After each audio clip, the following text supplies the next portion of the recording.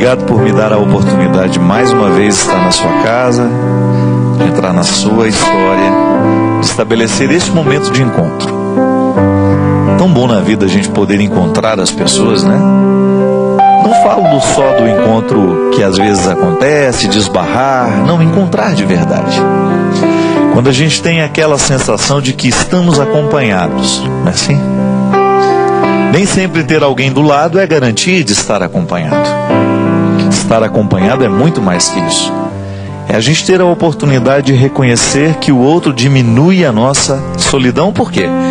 Porque é capaz de nos compreender, é capaz de estabelecer conosco comunhão, de sentir juntos, de pensar juntos, de fazer da palavra uma estrada através da qual a gente entra no outro e permite que também o outro entre em nós. Essa é a graça do encontro, a graça da comunhão, que Jesus viveu tão bem com as pessoas. Aliás, minha gente, cada vez mais eu me convenço que o que atraía as pessoas, o que fazia com que as pessoas quisessem estar com Jesus, é porque ele era um gerador de comunhão. Alguém que de alguma maneira tinha facilidade de estabelecer os vínculos, né? De permitir que o outro pudesse ser quem ele era. Porque Jesus era um lugar humano, né? Divino. Mas Jesus, enquanto pessoa que estabelecia esta comunhão, que facilitava as pessoas a compreenderem até mesmo as suas mazelas. A vida nos ensina isso, que às vezes para eu compreender um defeito que eu tenho, eu preciso de alguém ao meu lado me amando. Porque o amor do outro é uma luz que não queima, que quando mostra o defeito que a gente tem, ao invés de nos queimar e de nos machucar, assim como esses refletores fazem com a pele da gente, se a gente não tomar cuidado, o amor é uma luz que faz com que a gente perceba a sujeira do vidro, né? É como você ter um vidro que você aproxima da luz. Quanto mais você aproxima o vidro da luz, mais você vai percebendo as imperfeições que ele tem. Jesus era capaz de fazer isso. Apresentava uma luz para que a pessoa pudesse enxergar sem medo os defeitos, os limites, as imperfeições. E é por isso que é importante na vida a gente estabelecer comunhão. Você sabe que um dos desdobramentos da vida comunitária, eu me recordo que quando estudava teologia, quando mergulhei um pouco mais no mistério da igreja, eu achava muito interessante quando descobria o lado social da pertença, né? De você estar numa comunidade, de fazer parte dela, de conviver com as pessoas que fazem parte daquela comunidade.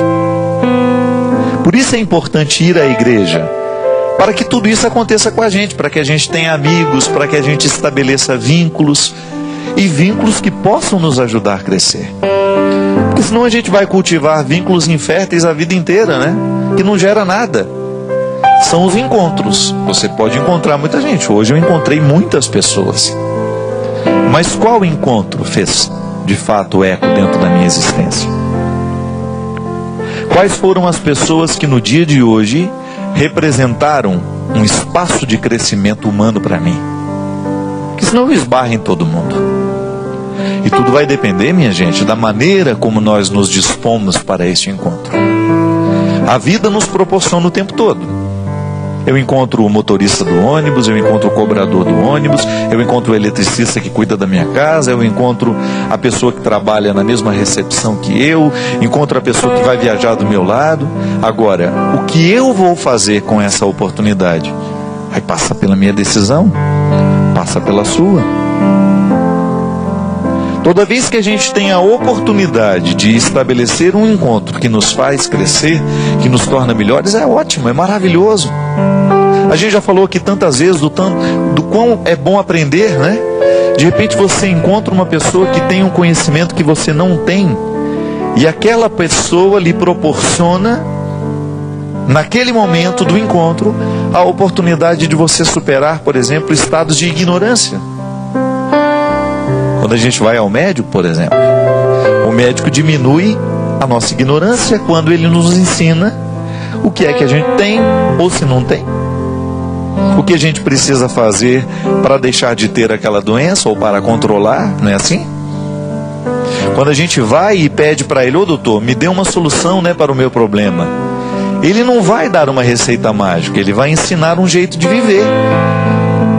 Vai dizer se a gente precisa tirar um pouquinho alguma coisa da dieta, se a gente precisa modificar alguma, né, algum jeito de lidar com a gente mesmo. Às vezes o médico olha e fala, né, olha, você precisa ficar menos preocupado, né? Eu me recordo que logo quando eu saí daquele cruzeiro católico que nós fizemos no ano passado, eu passei mal na estrada, indo do Porto de Santos até Taubaté.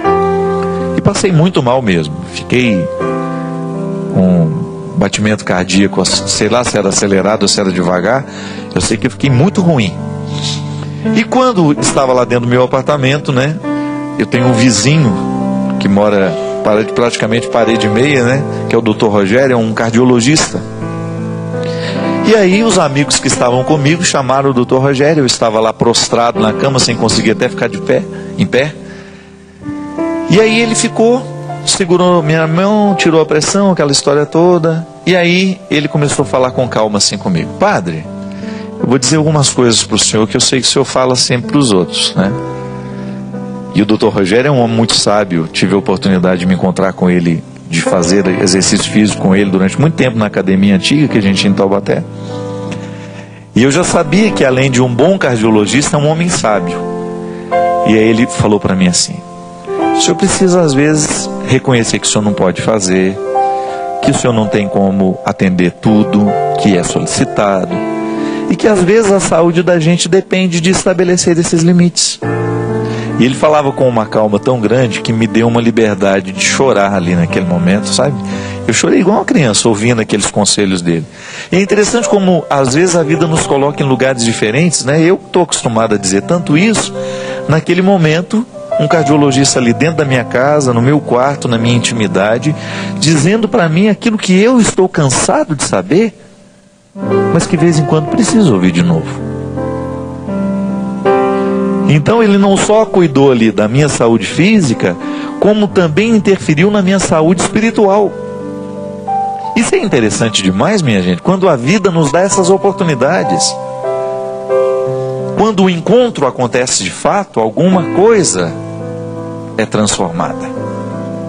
A gente muda um ponto de vista, né? É bom a gente ser alterado para melhor.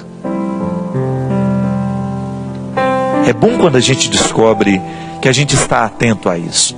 Hoje eu quero encontrar as pessoas, eu não quero perder a oportunidade do encontro, mas quero encontrar de fato. Quero encontrar para fazer bem e também que o outro me faça bem. Para isso nós somos amigos, para isso nós somos famílias, e para isso a gente se encontra. A casualidade, né? Tantos encontros que você não esperava por eles, e de repente você está ali com aquela pessoa, permitindo-se ser afetado por ela, permitindo que o outro lhe conceda sabedoria. Ou às vezes, minha gente, nem é para chegar a resposta nenhuma, é só para dividir o peso do momento. Porque às vezes o outro não tem a resposta que a gente precisa, mas ele pode ser, de repente, um momento onde a gente desamarra as fardas, né? Os fardos que nos pesam tanto, que a gente tira a botina, né? Que a gente fica à vontade. A gente precisa disso. Você precisa disso. A sua qualidade de vida passa pela qualidade dos seus encontros. E aí de repente você pode chegar à conclusão de que você não está encontrando como deve. Modifique. Às vezes o que falta para nós é modificar o nosso jeito de ser, para que a vida fique mais leve para nós. Às vezes nós complicamos demais, às vezes nós somos muito complexos, nós somos aborrecidos demais, e porque somos complexos e aborrecidos, nós perdemos a oportunidade de viver com qualidade. Faz um esforcinho. Se errou hoje, amanhã não permita errar da mesma forma. É assim que Jesus mudava a vida das pessoas. Quando ele apresentava para elas possibilidades. Pode observar, em nenhum momento, por pior que fosse a vida das pessoas, Jesus concedia a elas uma condenação. Não, era sempre uma palavra de salvação. Eu gosto de dizer que quem gosta de condenar é o diabo. Deus gosta de salvar e faz de tudo para nos salvar, mas a salvação que Deus nos concede passa pela permissão do meu coração e do seu. Hoje eu quero que a vida seja melhor em mim. E quando eu opto por ser mais simples, menos complicado, menos aborrecido, menos carente, eu faço com que a vida das pessoas que estão do meu lado fique melhor. É um compromisso para todo dia. Não é só para hoje, não é só para amanhã. É um pacto que a gente começa a fazer com a vida. Eu quero fazer esse pacto, sabe por quê? Porque o primeiro interessado no meu bem-estar sou eu mesmo. Se você não faz o pacto, você se infelicita.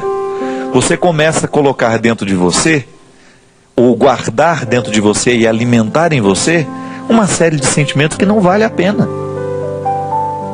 Você começa a registrar dentro do seu coração coisas que definitivamente foram feitas para serem passageiras.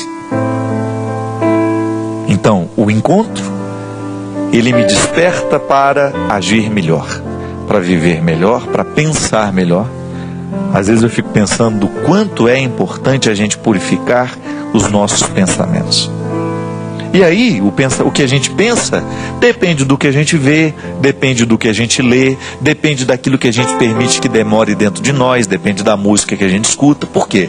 O nosso pensamento é um sistema integrado.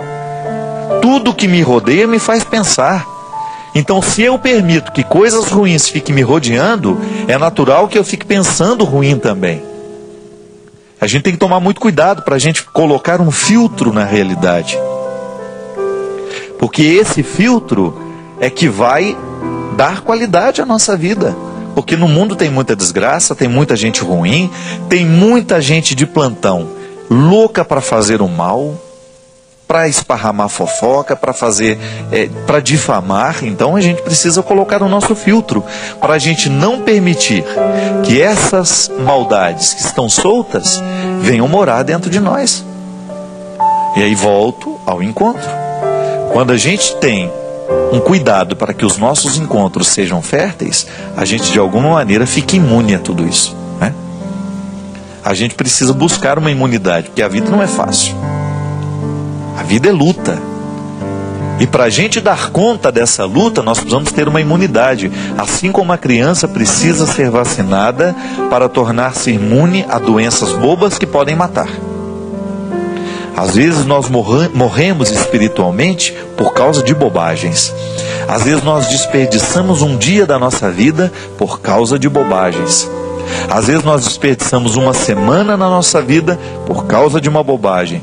E aí o pior, quando a gente percebe que nós estamos desperdiçando anos e a vida inteira por causa de bobagens que a gente resolveu guardar. São aspectos da nossa personalidade, minha gente.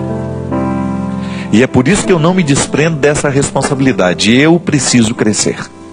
E eu posso ajudar a crescer os que estão do meu lado. É a consciência que você precisa ter. Porque senão se você não lida com a sua personalidade, se você não enfrenta de frente, né? Se você não olha de frente para os seus defeitos, para as suas bobagens, você corre o risco de que elas comandem a sua vida inteira. E aí é lamentável quando você, num determinado momento da vida, descobre que não valeu a pena ter sido você. Que você perdeu tempo, que você desperdiçou um período precioso da sua vida porque você resolveu se ocupar com bobagens. De onde nascem essas bobagens todas? Da nossa personalidade. Quantas coisas ruins acontecem justamente porque a gente não estava disposto a trabalhar a personalidade, o nosso jeito de ser. Aí a gente se justifica, eu sou assim mesmo. Então cuidado, porque sendo assim mesmo e escondendo atrás desse eu sou assim mesmo, você vai comprometer a sua alegria, você vai comprometer a sua felicidade. E eu não sei se isso vale a pena. Comprometer a felicidade da gente. É por isso que Jesus ensinava um código de leveza. Quanto mais leve a gente for, minha gente, mais fácil será lidar com a gente. Quanto mais leve a gente for como pessoa, mais fácil será ter o outro do nosso lado. Porque senão a gente vira um peso morto. E não acredito que ser um peso morto seja um projeto que vale a pena. Joga fora os seus excessos. Não tenha medo de olhar para dentro de você e descobrir aquilo que existe de mais mesquinho para jogar fora. Não é para ficar contemplando, chorando e lamentando. Ah, eu sou assim. Jogue fora. Todos os dias você precisa fazer o esforço de jogar fora os excessos, aquela parte do seu coração, da sua vida, da sua personalidade, que definitivamente não joga a seu favor. Às vezes a gente vai perdendo, é porque a gente está jogando contra. E eu não tenho dúvida de que, quando você alimenta um defeito, você perde a oportunidade de alimentar a virtude. Então você está julgando o contrário. São muitos os sentimentos mesquinhos que nós alimentamos. Não estou dizendo para você não, viu? Estou falando para mim também. São muitos os sentimentos mesquinhos que às vezes eu tenho dentro do meu coração. E se eu permitir que eles cresçam, eu estou fragilizando o meu projeto de vida. Eu estou emperrando a minha realização humana.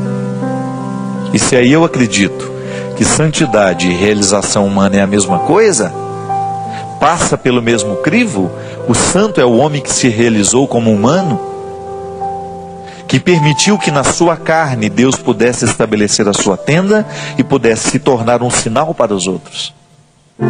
Então eu preciso descobrir e viver o meu comprometimento com a minha humanidade, já que eu pretendo ser santo.